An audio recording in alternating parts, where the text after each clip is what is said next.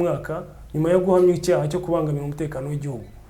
Imbonerakure n'ibande. Imbonerakure n'urubyiruko rushamikiye ku ishyaka rya CNDD-FDD riri ku butegetsi bw'u Burundi, akenshi nizivugirwamo kuko zijandika mu bugizi bwa nabi bwibasira abaturage cyane cyane abo mu yandi mashyaka ariko nizikorwaho. Imiryango iharanira uburenganzira bw'ikiremwa muntu igaragaza ko mu mwaka ushize wa 2025 mu Burundi hishwe abantu barenga 400, muri bo abagera ku 110 bakaba barishwe n'urubyiruko rw'imbonerakure.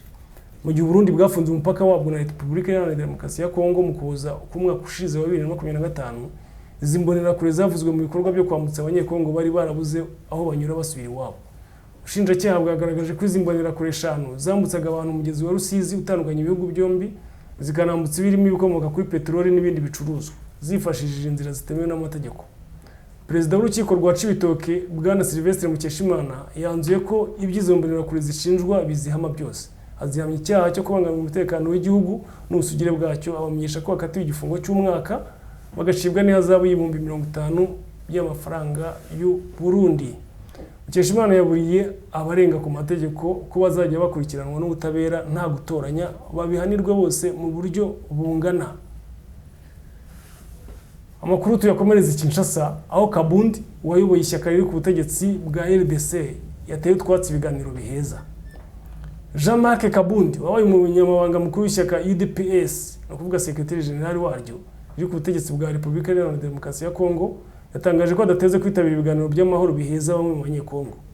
Abanyapolitike n'abandi bavuga ari kumvikana, aho mu cyongereza bita opinion leaders, bamaze igihe kinini bashishikariza perezida wa Kongo Felix Tshisekedi Chilombo gutangiza ibiganiro bihuza abanyekongo bose kandi bidaheza.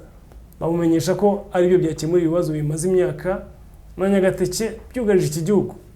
Perezida wa Angola akaba n'umuyobozi mukuru w'umuryango wa Afurika yunze ubumwe Bwana Joao Lourenço yabwiye Tshisekedi ko niba ashaka amahoro arambye mu gihugu cye akwiye kuganira n'abarimo abarwanya ubutegetsi bwe, baba bakoresha intwaro cyangwa batazikoresha. Tariki ya 31 z'ukwa mbere uyu mwaka, Tshisekedi yabwiye abahagarariye ibihugu byabo muri Kongo ko nihanabaho ibiganiro bihuza abanyekongo bigomba kubera i Kinshasa kandi ko ubutegetsi bwe aribwo bigomba kubitegura bukanabiyobora. Yeruye ko atazemera ko abakoreye abanyekongo ibyaha babijyamo. Ubwo yashakaga kuvuga M23 n'ihuriro bahuriye muri ya AFC. Kuri uyu wa 7 Gashyantare rero no kuvuga umusibejo, Kabundi Jean-Marc yatangaje ko muri politiki bitemewe ko umuntu ahitamo abo wazaganira nabo gushyiraho amabwiriza ngenderwaho cyangwa ngo ace umurongo utukura abantu badakwiriye kurenga. Mu magambo ye bwite yagize ati, twamaganye dukomeje ibiganiro bigengwa n'uruhande rumwe hashingiye ku mabwiriza ashyirwaho n'ubutegetsi gusa. Amahoro ntategurwa nk'inama, yubakirwa mu kutabogama, kudaheza no kubiba byemejwe. Uyu munyapolitiki yatangaje ko atazitabira ibiganiro niharamuka batemeye gukora ibiganiro bidaheza biyoborwa n'umuhuza utabogama. Leta ya Kongo ikabanza kwemera kurekura imfungwa za politiki nizaziza ibitekerezo byazo, igafungura urubuga rwa politike no guhagarika gufunga imfungwa za politiki. Dukomeza amakuru n'ubundi mu Burundi, aho hari umukino ngo wahuje abahutu n'abatutsi Burundi, ariko bikomeje kurikoroza ku mbuga nkoranyambaga. Ku mbuga nkoranyambaga zitandukanye abantu bacitse ururondogoro kubera umukino wahuje abahutu n'abatutsi Burundi. Uwo mukino wari uteye uterero. Ni umukino wabaye tariki 5 Gashyantare uyu mwaka nyine, utegurwa n'ishyirahamwe ry'abavukanye ryo muri Nyabugete muri zone ya Ruziba, rivuga ko riharanira ubumwe n'ubwiyunge bw'abarundi bose. Uwo mukino wasize ikipe ngo y'abatutsi itsinzi yitwa y'abahutu ibitego 3-2. Umuyobozi wungirije ushinzwe komisiyo y'ubumwe n'ubwiyunge bw'abarundi Seth Nkeshimana yashimye ishyirahamwe ry'abavukanye yateguye uwo mukino, yerekana ko ari intambwe nziza ikomeje guterwa. Mu magambo ye yagize ati, kirero magambo ye Seth Nkeshimana yagize ati, iki gitekerezo cyiza si ico kwihererana gose, kirashimangira ubumwe na cyane ko ari gikorwa mwibwirije mutakibwirijwe.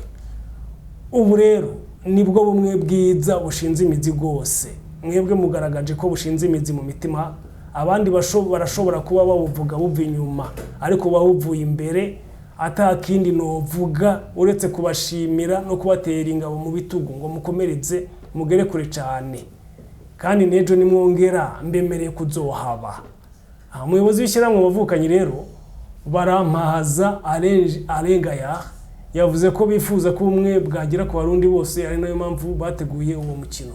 Umukino nk'uyu warubaye ku nshuro ya 5 utegurwa n'iryo shyirahamwe.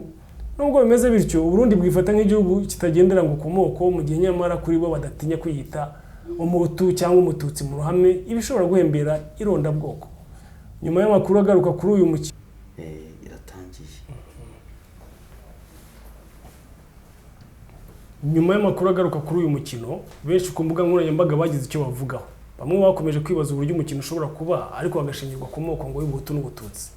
Uwitwa Akarizu Wase kuri X yagize ati amakuru ava mu baturanyi aremezwa na televiziyo y'igihugu cy'u Burundi ko abahutu bakinnye umupira w'amaguru n'abatutsi, ngo abatutsi bagatsinda 3-2 by'abahutu. Ibi ntabwo ari urwenya, ni ukuri, ntabwo ari komedi. Noneho numvise bimwe Perezida Kagame yavugaga ubwo yavugaga politiki ishaje. Amakuru tuyakomereze i Kinshasa, aho FBI iri gukora iperereza kuri coup d'etat yapfubye Kinshasa. Urwego rw'ubugenzacyaha rwa Leta Zunze Ubumwe za Amerika FBI ruri gukora iperereza ku igerageza ryo ku butegetsi bwa Repubulika Iharanira Demokarasi ya Kongo ryabaye mu mwaka wa 2024. Hari mu gitondo cy'itariki 19 Gicurasi mu mwaka wa 2024, abitwaje intwaro bari bayobowe n'umunyekongo ufite ubwenegihugu bwa Amerika, Christian Malanga, bateye ibiro bya perezida wa RDC batangaza ko bakuyeho Felix Tshisekedi ku butegetsi. Bateye kandi ingo z'abayobozi bo muri RDC barimo uwahoze ari minisitiri w'ubukungu Vital Kamerhe, bica bamwe mu barurindaga, bagira no kurwo wari minisitiri w'ingabo Jean Pierre Bemba. Abasirikare barinda Tshisekedi bahanganye bikomeye n'abo bantu ku biro by'umukuru w'igihugu, bica Christian Malanga, bata muri yombi abandi benshi barimo umuhungu wa Malanga witwa Marcel Malanga n'abandi bafite ubwenegihugu bwa Amerika aribo Tyler Thompson, Benjamin Zaman Polan na Joseph Pire. Abafatiwe mu biro by'umukuru w'igihugu bakatiwe igihano cy'urupfu bose, ariko ku bari bafite ubwenegihugu bwa Amerika habaye ibiganiro. Leta ya RDC ibohereza i Washington muri Mata umwaka ushize wa 2025 kugira ngo bakurikiranwe n'igihugu bakomokamo.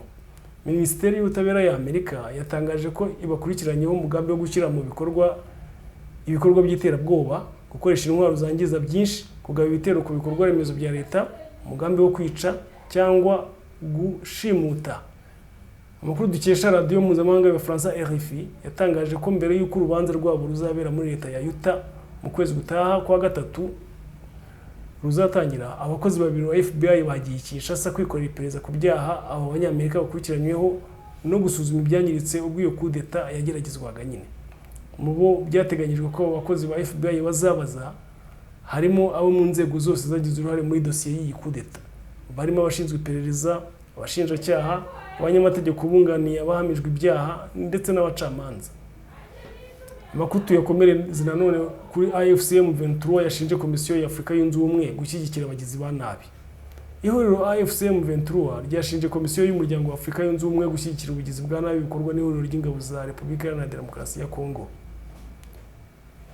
Mu ijoro ryo ku itariki 31 ukwezi kwa mbere rishyire itariki ya mbere z'ukwa kabiri uyu mwaka, AFCM 23 yagabye igitero cya drone ku gice cyakoreshwaga n'igisirikare ku kibuga cy'indege cya Bangoka Ikisangani mu ntara ya Chopo. Iri huriro ryasobanuye ko iki gitero cyari kigamije gusenya iki gice nk'uko twabivuze mu makuru yo hejuru, kuko ihuriro ry'ingabo za leta ya RDC ryifashishaga iki kibuga mu kugaba ibitero ku birindiro byazo no ku basivile bo mu bice rigenzura mu ntara ya Kivu zombi, no kuvuga y'amajyaruguru na Kivu y'amajyepfo.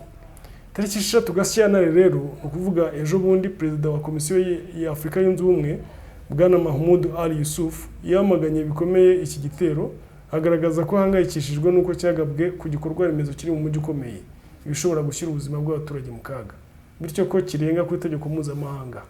Mahmoud yatangaje ko mu gihe hataragaragazwa ibimenyetso by'uko iki kibuga cy'indege cyifashishwaga mu bikorwa bya gisirikare, igitero cya AFCM 23 gifatwa nk'ikibasira igikorwa remezo cya gisivile kikabarwa mu bikorwa by'iterabwoba. Umunyamabanga uhoraho wa AFCM 23 no kuvuga Secretary General Benjamin Mbonimpa yibukije Mahmoud ko ihuriro ry'ingabo za leta ya Kongo rimaze igihe rigaba ibitero bya drone ku birindiro byabo no ku basivile mu bice birimo Minembwe, Karehe, Masisi na Rucuru. Mbonimpa mu magambo ye yagize ati AFCM 23 irabamenyesha ko igikorwa cya drone cyari kigambiriye gusa ibikorwa bya gisirikare nta musivili wakigendeyemo kandi cyari kigamije kurinda abaturage b'inzirakarengane hubahirizwa agahenge kashyizweho n'amasezerano ya Doha muri Qatar. AFCM 23 yagaragaje ko kwamagana iki gikorwa cy'ubwirinzi hatabanje kubaho iperereza bishyira Komisiyo ya Afurika yunze ubumwe mu mwanya wo kubogama, bigatuma hibazwa uko izayobora ibiganiro by'amahoro bigamije gukemura ibibazo byo muri Kongo. Iti yishyira mu mwanya wo gushyigikira leta yakoreraga abaturage ihohotera rikomeye aho gushyigikira abaturage barikorewe.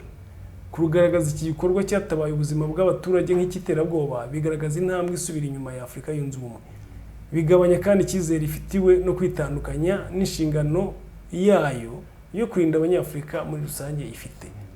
Amakuru avuga ko AFCM 23 yohereje drone 8 ku kibuga cy'indege cya Bangkok. Leta ya Kongo yemeza ko yasenye nyinshi muri zo. Amakuru reka twambuka imipaka tuve muri Kongo twerekeze i Kampala, aho General Muhoozi yahagaritse ihangana rye na Minisitiri w'itumanaho abisabwe na mama we. Umugaba mukuru w'ingabo za Uganda General Muhoozi Kainerugaba yatangaje ko ku busabe bwa nyina Janet Museveni yahagaritse ihangana rye rimaze iminsi hagati ye na Minisitiri w'itumanaho muri icyo gihugu Dr. Chris Baryomunsi. Mu butumwa yashyize kuri konti ye ya X ku itariki 8 Gashyantare 2026 ni ukuvuga ku munsi w'ejo, General Muhoozi yavuze ko atazongera gukurikirana icyo kibazo kubera icyubahiro aho umubyeyi we. Ati umubyeyi wanjye mama Janet yanegeretse guhagarika intambara y'amagambo nayo natangije kuri Minister Baryomunsi kubera icyubahiro mugomba, sinzongera gukurikirana iki kibazo kundi. Ibi bikurikiye guterana amagambo ku rubuga rwa X hagati y'impande zombi, aho mu cyumweru gishize General Muhoozi yagiye anenga Dr. Baryomunsi wavuze ko bimwe mu byo ashyira kuri X bimubangamira mu kazi ke. Tariki 5 z'uku kwezi General Muhoozi yamwise umuhemu avuga ko atazongera kuba minisitiri mu gihe ataramwiyungaho. Ibi byatangiye nyuma y'uko Dr. Baryomunsi atangaje ko yabwiye Perezida Museveni ko ubutumwa umuhungu ashyira ku mbuga nkoranyambaga cyane cyane kuri X bumugora mu kazi ke nk'umuvugizi wa guverinoma. Dr. Baryomunsi yagiye agerageza kenshi gusobanura no kurengera General Muhoozi, avuga ko uyu mugaba mukuru w'ingabo akunda gushyira ubutumwa ku mbuga nkoranyambaga kandi ko ibyo akunze kwandika kuri konti ya X atabivuga bishyizeho umutima cyangwa ngo abe ari ibyo agambiriye, ahubwo aba ari amashyengo cyangwa se ibyo bita blague. Ati umugaba mukuru w'ingabo ntavuga mu izina rya guverinoma ya Uganda ariko akunda gukoresha X, akandika ubutumwa akabukuraho, kandi ndizera ko abanyarwanda bamaze kugira icyo bibwira ku byo yandika. Yakomeje agira ati nk'umuvugizi wa leta rero mbifata nk'ibitekerezo bisanzwe kimwe n'undi muturage uwo ari we wese nawe atanga ku mbuga nkoranyambaga binyuze kuri X, kandi nabiganiriyeho n'uwamushyizeho ari we perezida. Nibyo kuko ubutumwa bwe bwo kuri X butuma akazi kagorana mu buryo bumwe cyangwa ubundi. Ubwo butumwa rero busa n'ubwarakaje cyane General Muhoozi, ndetse bahita batangira guterana amagambo abinyuje kuri X. Yahise asubiza Dr. Baryomunsi agira ati Baryomunsi uri umuhemu ndetse ntuzongera kuba minisitiri ukundi. Baryomunsi nawe rero atazuyaje yahise amusubiza ati General Muhoozi we navuye kure cyane ngeze aho ndi kubera ubushobozi bwanjye, ntabwo ari impano z'umuntu. Ndi umuntu wiyubatse, icyo bita mu cyongereza self made. Kuba minisitiri si cyo kintu cyiza kurusha ibindi mu buzima bwanjye. Intego zanjye zirenga ibyo kure cyane. Reka dukorere Uganda ibindi tubireke, urakoze.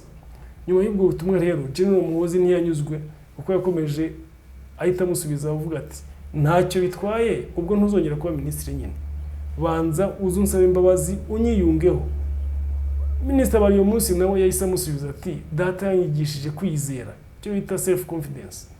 Yansabye kwirinda kunywa inzoga, mba ndi muzima amasaha 24 ku minsi 7, iyo bita 24/7, kandi nkita ku kazi kanjye. Yamaye ubwisanzure kandi ntabwo ndwaye indwara bita Peter Pan syndrome, indwara yo kugira ubwoba. Abantu banuka kuri X ntibazi ibyo twe abakigabanya abo dukozemo. Mugende gake rero.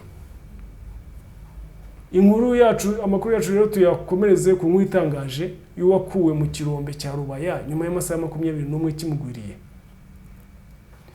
Imitima y'abatuye muri teritwari ya Masisi, intara ya Kivu y'Amajyaruguru muri Repubulika Iharanira Demokarasi ya Kongo yarashengutse ubwo bakiraga inkuru y'incamugongo ahagana saa 9 z'umugoroba tariki ya 28 Mutarama umwaka wa 2026 ivuga ko abarenga 200 bapfiriye mu kirombe cy'amabuye y'agaciro cya Ruwowo muri Rubaya. Hari bake bakuye muri iki kirombe ako kanya bihutishirizwa kwa muganga. ku bari batwikiriwe n'ibitaka byinshi cyane byari byabagwiriye. AFC M23 ryatangaje byihuse ibikorwa byo kubashakisha yifashishijwe ibikoresho bitandukanye birimo amasuka ndetse n'ibitiyo. Abo mu muryango wa Grace Barata bari bihebye bazwi yapfuye nubwo batari babonye umurambo we, kimwe n'abaturanyi babo baburiye ababo muri iyo nkangu, batangiye ikiriyo bategura n'uburyo bazamushyingura mu gihe yababonetse. Mubyara wa Barata witwa Mungwiko ntacyo mpenze yatangarije Al Jazeera ati twatangiye ikiriyo cya musaza wanjye. Bahata w'imyaka 35 y'amavuko yari agihumeka ariko afite impungenge ko umwuka ushobora kumushirana akabura ubuzima, ariko afata icyemezo cyo gutuza. Ati impungenge zikomeye nari mfite zari ukubura oxygen. Nyuma y'itaka asanisha n'imva, Barata yari kumwe na bagenzi be bapfiriye mu maso ye, asigarana na Bosco bari basangiye banaraye ahantu hamwe baganira ku buryo bakwakira kurokoka kwabo Imana iramutse bakoreye igitangaza.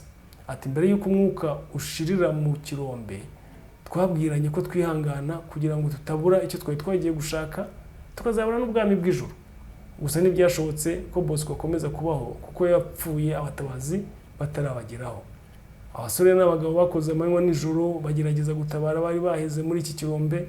Barata wari mu mwijima mwinshi yatangiye kubona abona urumuri ruke ruturuka kure cyane. Atangira kwizera noneho ko iminsi ye yo kubaho ishobora kubigiye kwiyongera. Nyuma y'amasaha 21 Barata ari mu kirombe, abatabazi bashoboye kumugeraho basanga agitera kuka. Urusaku rw'ibyishimo rwabaye rwinshi, baramuheka batangira kuririmba bati Grace ni muzima, Grace ni muzima, Imana ishimwe, Imana ishimwe. Akimara gukurwa muri iki kirombe yihutishijwe ku bitaro, avurwa igikomere ku mutwe yari afite, afashwa no kwakira ibyamubayeho kuko byasaga naho yahungabanye. No kuvuga yashyikirijwe abo bita aba psychologist cyangwa se aba psychologue, abafasha myumvire. Mubyara we yagize ati byaraturenze, tugorwa no kwiyumvisha ibyabaye kuko nitwaye twiteze ko azavamo ari muzima nyuma y'amasaha 21. Kubw'ubuntu bw'Imana yakuwe mu bapfuye. Uyu Barata ubungu bameze neza, yasubiye mu muryango we mu mujyi wa Goma. Icyakoza yavuga inkuru y'abagenzi be bapfiriye muri Rubaya, ikiniga kiramufata akaba muhagaritse ikiganiro.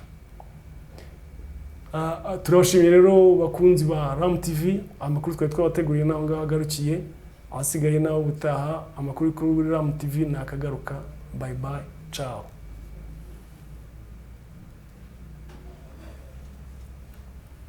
Monty.